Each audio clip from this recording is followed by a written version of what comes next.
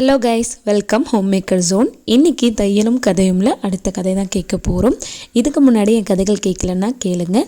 இப்போது இந்த கதை கேட்குறதுக்கு முன்னாடி ஏதாவது ஒர்க் இருந்துச்சு அப்படின்னா ஸ்டார்ட் பண்ணிக்கோங்க. ஸ்டோரி கேட்டுக்கிட்டே ஒர்க்கை இன்ட்ரெஸ்டோடு செய்யுங்க. நம்ம கதைக்குள்ளே போகலாம். தையலும் கதையும்ல எப்போவுமே கதைக்குள்ளே போகிறோம் அப்படின்னா கதாநாயகி தேவை இல்லையா? இந்த கதாநாயகியும் நம்மளோட தையல் தொழில் தான் செய்துட்ருக்காங்க. ஆக்சுவலி இந்த கதாநாயகிக்கு கல்யாணம் ஆகுது, குழந்தையும் பிறக்கிறாங்க. கிட்டத்தட்ட 5 வருஷம் ஆயிடுச்சு. குழந்தை பிறந்து குழந்தைக்கு ஒரு 3 வருஷம் அந்த மாதிரி இருக்கும். ஸோ 3 வயசு ஆகுது. இதுக்கப்புறமா குழந்தைய ஸ்கூலுக்கு அனுப்பிட்டு கதாநாயகி தனித்து ஏதாவது ஒரு வேலை செய்ய வெளியே போகலாம்.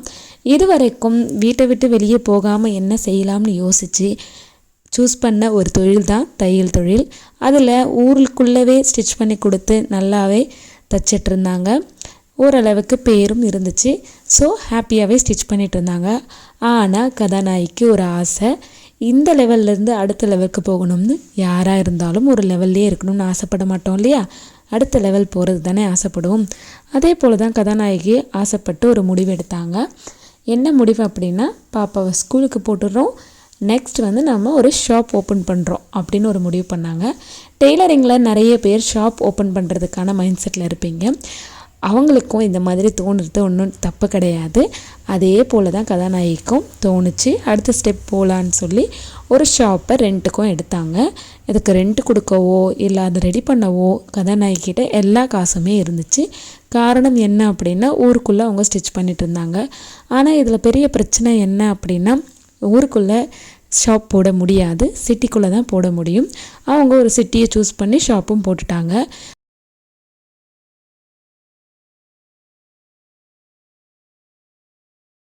அங்கே தான் பிரச்சனையே ஆரம்பிச்சது.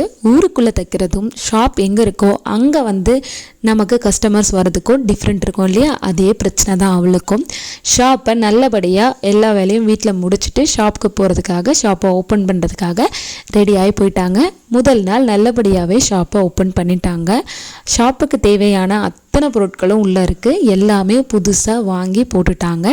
ஷாப்லேயும் போயிட்டு ரொம்ப ஃப்ரெஷ்ஷாக சாமியெல்லாம் கும்பிட்டுட்டு ரிலாக்ஸ்டாக ஸ்டார்ட் பண்ணாங்க. ஆனால் ஸ்டார்ட் பண்ணும்போது நம்ம ப்ளவுஸ் ஸ்டிச் பண்ணுவோம்னு சொல்லி முதல்ல அவங்க அம்மா ப்ளவுஸை சென்டிமெண்ட்டாக ஸ்டிச் பண்ணாங்க. நல்லாவுமே ஸ்டிச் பண்ணிட்டாங்க. பண்ணதுக்கப்புறமா வெயிட் பண்ணி பார்க்குறாங்க. ஆக்சுவலி ஷாப் ஓப்பன் பண்ணுறது மட்டும்தான் கதாநாயகி செய்தது. அதுக்கப்புறமா அதை டெவலப் பண்ணுறதுக்கு இல்லை ஒரு கார்டு அடிக்கிறதுலேருந்து எதுவுமே அவங்க செய்யலை, ட்ரை பண்ணவும் இல்லை. ஏன்னா அதுதான் அவளுக்கு முதல் முறை ஷாப் ஓப்பன் பண்ணுற அனுபவம். ஸோ அவளால் முடிஞ்ச அளவுக்கு ட்ரை பண்ணால் வெயிட் பண்ணி பார்த்துட்டு முதல் நாள் க்ளோஸ் பண்ணிவிட்டு வீட்டுக்கு வந்துட்டா. கொஞ்சம் கஷ்டமாக இருந்தது. முதல் நாளாக இருக்கவே அவங்க அம்மா ப்ளவுஸ் ஸ்டிச் பண்ணதில் ஒரு சந்தோஷம், இனிமேல் நல்லபடியாக போகுங்கிற எண்ணத்தோடு வீட்டுக்கு வந்துட்டா. அடுத்த நாள் அதே மாதிரி வீட்டில் வேலைகளெல்லாம் முடிச்சுட்டு மறுபடியும் கடைக்கு போய் கடையை திறந்து வச்சு வெயிட் பண்ணி பார்க்குறா. இன்றைக்கி கடையில் சும்மா தைக்கிறதுக்கு கூட எதுவுமே இல்லை. என்ன பண்ணுறதுன்னு தெரியல. ஸ்டிச்சிங்காக அவ்வளோ பொருட்கள் போட்டிருந்த கடை ஸ்டிச் பண்ணாமல் ஒரே அமைதியாக இருக்குது. அது அவளுக்கு பெருத்த துன்பத்தை கொடுத்துச்சு. எந்த மாதிரி அப்படின்னா, அவள் மென்டலி பாதிக்கப்படுற அளவுக்கு யோசிச்சு காரணம் என்ன அப்படின்னா, அவ்வளோ செலவு பண்ணி நாம் போய் அதில் உட்காந்துருக்கோம். யாராவது இதுலேருந்து திரும்ப வந்துட்டோம் அப்படின்னா, திரும்ப வர்றதை விட பிரச்சனை, திரும்ப வந்ததை பற்றி யாராவது பேசிட போகிறாங்க, ஏதாவது சொல்லிட போகிறாங்கங்கிற பயம்தான் அவளுக்கு அதிகமாக இருந்துச்சு. அகெயின் வெயிட் பண்ணி பார்ப்போம், நமக்கு இப்போ தான் ஸ்டார்ட் பண்ணியிருக்கோங்கிற தைரியத்தோடு உட்காந்துருந்தா. அன்றைக்கி நாளும் முடிஞ்சது. கடையை மறுபடியும் க்ளோஸ் பண்ணிவிட்டு வீட்டுக்கு வந்துட்டா. அதே சோகத்தில் வீட்டில் எந்த வேலையுமே சரியாக ஓடவே இல்லை. மறுநாள் கடைக்கு போக யோசித்தா. 3வது நாள் கடைக்கு போகிறதுக்கு தாமதமாக போனால். காரணம், அவளை நினச்சிக்கிட்டா, எதுவுமே தைக்காத கடைக்கு நாள் ஃபுல்லாக போய் உட்காந்து நம்ம என்ன பண்ண போகிறோம், பொறுமையாக போகலாம் அப்படின்னு முடிவு பண்ணிவிட்டு பொறுமையாக போனால். எப்பவும் இல்லாதப்போ ஒரு 2 மணி நேரம் கழித்து தான் கடைக்கு போனால். அங்கே போயிட்டு ஒரு யோசனை, ஒரு வேளை 2 மணி நேரத்துக்கு முன்னாடி வந்திருந்தால் யாராவது ஒருத்தர் ப்ளவுஸ் கொடுத்துருப்பாங்களோ, நம்ம லேட்டாக தப்பு பண்ணிட்டோமோ அப்படிங்கிற ஒரு பயம், ஏக்கம். சொல்லப்போனால் ஏக்கம். கடைக்கு ஒரு வேளை வந்திருப்பாங்க, நம்ம இல்லைன்னு தான் போயிருப்பாங்க, யாராவது ஒருத்தராவது வந்திருப்பாங்க அப்படிங்கிற ஒரு சாட்டிஸ்ஃபேக்ஷனுக்காக அவளே ஒரு நினச்சிக்கிட்டா. மறுபடியும் அன்றைக்கி நாள் ஃபுல்லாக போயிடுச்சு. ஒரே அமைதியாக இருக்குது. என்னடா தையல் கடையில் ஒரே அமைதியாக இருந்தால் யாராவது ஏதாவது நினைக்க போகிறாங்கன்னு அவள் சும்மா இருக்க மிஷினை ஓட்ட ஆரம்பித்தா. மிஷின் சும்மா தைக்கிறது அவளுக்கு எவ்வளோ பெரிய வேதனை இருக்கும்னு தையல் தொழிலில் இருக்க எல்லாருக்குமே தெரியும். அப்படி ஒரு வேதனையில் தான் அவள் உட்காந்துருந்தா. கடை திறந்து 3 நாள் முழுசாக ஆகியுமே ஒரு கஸ்டமரும் வரவே இல்லை. 4வது நாள் அவள் உடஞ்சி போயிட்டா. இதுக்கப்புறமா கடையிலேருந்து இந்த மாதிரியான மைண்ட் செட்லேருந்து வெளியில் வந்துடலாமா இல்லை என்ன பண்ணலான்னு யோசித்து அவள் மென்டலாகவே ஸ்டேஜ்க்கே போயிட்டா. அகெயின் மறுபடியும் யோசிக்கிறா, இல்லை நம்ம வெயிட் பண்ணி பார்ப்போம், 1 வீக் வெயிட் பண்ணி பார்ப்போம், ஒரு கஸ்டமர் கூட வரமாட்டாங்க அப்படின்னு யோசித்தா. மறுநாளும் யாரும் வரலை. கடையை க்ளோஸ் பண்ணிவிட்டு வீட்டுக்கு வந்துட்டா. ஒரு நாள் இடையில கடையை திறக்க விருப்பமே இல்லை. அவங்க வீட்டில் யாருன்னு சொன்னாலுமே அவளுக்கு அதில் விருப்பமே இல்லை. ஒரு நாள் கடையை திறக்கவுமே இல்லை. அகெயின் ஒரு நாள் லீவ் அப்புறமா கடையை ஓப்பன் பண்ண மறுபடியும் போகிறா. அன்றைக்கி ஓப்பன் பண்ணி ஒரு 1 hour தான் ஆயிருக்கும். அதுக்கப்புறமா ஒரு லேசாக ஒரு சத்தம், ஒரு துணிப்பை எடுத்துக்கிட்டு ஒரு அம்மா வந்தாங்க. அவங்கள பார்த்த உடனே ஒரே சந்தோஷம், நம்ம கடைக்கு தான் வரணும்னு ஒரு வேண்டுதல் வேறு. அங்கேருந்து அவங்க கிராஸ் பண்ணி வரும்போதே நம்ம கடைக்கு தான் வரணுங்கிற ஒரு வேண்டுதல் வச்சுக்கிட்டே பார்த்துக்கிட்டு இருந்தா. அவங்களும் கடையை நோக்கி வந்துட்டாங்க. வந்துட்டு இந்த ப்ளவுஸ் ஸ்டிச் பண்ணுவீங்களா அப்படின்னு கேட்டாங்க. அவள் சந்தோஷத்தில் ஒரு செகண்ட் பண்ணுவனே அப்படின்னு சொல்லி ஒரு சந்தோஷத்தில் குதிச்சுக்கிட்டு வாங்கினா. நாளைக்கு கொடுக்க முடியுமான்னு அவங்க கேட்க கண்டிப்பாக கொடுத்துட்றேன்னு இவ்வளோ ரொம்ப ஆர்வமாக வாங்கினதை அழகாக எவ்வளோ பார்த்து தைக்க முடியுமோ அப்படியெல்லாம் தைச்சா.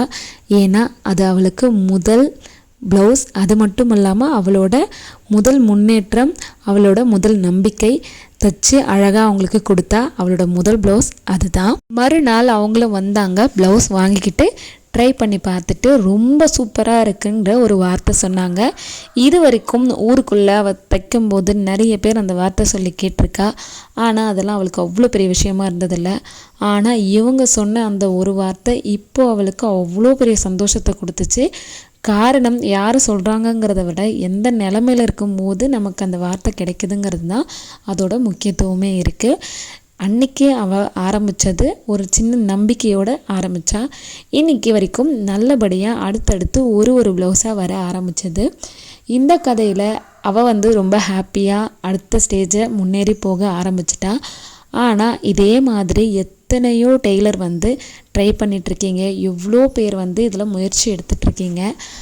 ஏதோ ஒரு கட்டத்தில் உங்களுக்கு ஒரு ஸ்டாப் வரலாம். அதாவது இதுக்கப்புறமா உங்களால் முன்னேறவே முடியாதுங்கிற சூழ்நிலை கண்டிப்பாக ஏதோ ஒரு சுச்சுவேஷனில் வரும். அந்த நிலைமையில் நீங்கள் அதை கைவிடுறதும் கைவிடாமல் முன்னேற ட்ரை பண்ணுறதும் உங்கள் கிட்ட தான் இருக்குது. இந்த ஸ்டோரி மேபி நார்மலாக கேட்குறவங்களுக்கு ஸ்டோரியாக தெரியலாம். பட் ஒரு பேசிக்காக வீட்டிலேருந்து ஸ்டிச் பண்ணுறவங்களுக்கு அடுத்த ஸ்டேஜுக்கு போகணும் அப்படின்னு நினச்சி ஸ்டிச் பண்ணுறவங்களுக்கு தான் இந்த ஸ்டோரியோட உண்மையான அர்த்தமே புரியும். ஸோ நீங்கள் ட்ரை பண்ணுங்கள். ஆனால் என்ன ட்ரை பண்ணுறீங்கன்னு தெரிஞ்சு ட்ரை பண்ணுங்கள். எப்போ செய்யணும்னு கொஞ்சம் யோசித்து செய்யுங்க. செய்ததுக்கு அப்புறமா தயவு செஞ்சு எதையுமே யோசிக்காதீங்க. உங்களால் ஒரு விஷயத்தை ஆரம்பிக்க முடிஞ்சுது அப்படின்னா கடைசி வரைக்குமே அதை நீங்கள் கொண்டு போகவும் உங்களால் முடியும்.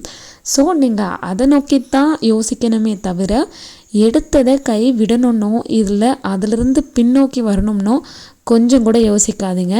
முக்கியமான விஷயம், ஒரு சிலது உங்களுக்கு வரவே இல்லை, நீங்கள் விடணும்னு முடிவு பண்ணுறீங்கன்னா அது நீங்களாக முடிவு பண்ணதாக இருக்கணுமே தவிர்த்து உங்களை சுற்றி 4 பேர் என்ன நினைப்பாங்க, நம்ம ஆரம்பித்ததால் ஏதாவது நினைப்பாங்களா, இல்லை விட்டுட்டு வந்தால் நம்மளை என்ன நினைப்பாங்க, இந்த தாட்டில் நீங்கள் யோசித்து டிசிஷன் எடுத்தீங்க அப்படின்னா என்றைக்குமே அந்த டிசிஷன் உங்களுக்கு கை கொடுக்காது. உங்களோட டிசிஷன் என்றைக்கும் உங்களோட தான் இருக்கணும். அப்போது தான் உங்களோட முன்னேற்றமும் உங்ககிட்ட இருக்கும். அடுத்தவங்களை பார்த்து நீங்கள் முடிவு எடுக்கிறத தவிர்த்துக்கோங்க. இந்த கதை உங்களுக்கு பிடிச்சிருந்துச்சுன்னா என்னோட பழைய கதைகளையுமே வீடியோக்குள்ளே போய் கேளுங்க. இதுக்கப்புறம் என்னென்ன ஸ்டோரிஸ்லாம் போட போகிறேங்கிறத என் வீடியோ ஃபாலோ பண்ணி சப்ஸ்கிரைப் பண்ணிக்கிட்டிங்கன்னா உங்களுக்கு ஸ்டோரிஸ் ரெகுலராக வரும். நீங்கள் ஸ்டிச் பண்ணிக்கிட்டே போர் அடிக்காமல் கதை கேட்கணுன்னா என்னோடய சேனலை ஃபாலோ பண்ணிக்கோங்க. இந்த மாதிரி கதைகளை கேட்டுகிட்டே நீங்கள் ஸ்டிச் பண்ணும் போதோ இல்லை ஏதாவது ஹோம்ஒர்க் மாதிரி பண்ணும் போதோ அது உங்களுக்கு இன்னும் கொஞ்சம் ஈஸியாக இருக்கும். நம்மளோட கதைகளையோ இல்லை நம்ம தொழில் சம்மந்தப்பட்டதை கேட்டுக்கிட்டே தைக்கிறது ஒரு ஹாப்பி தான்.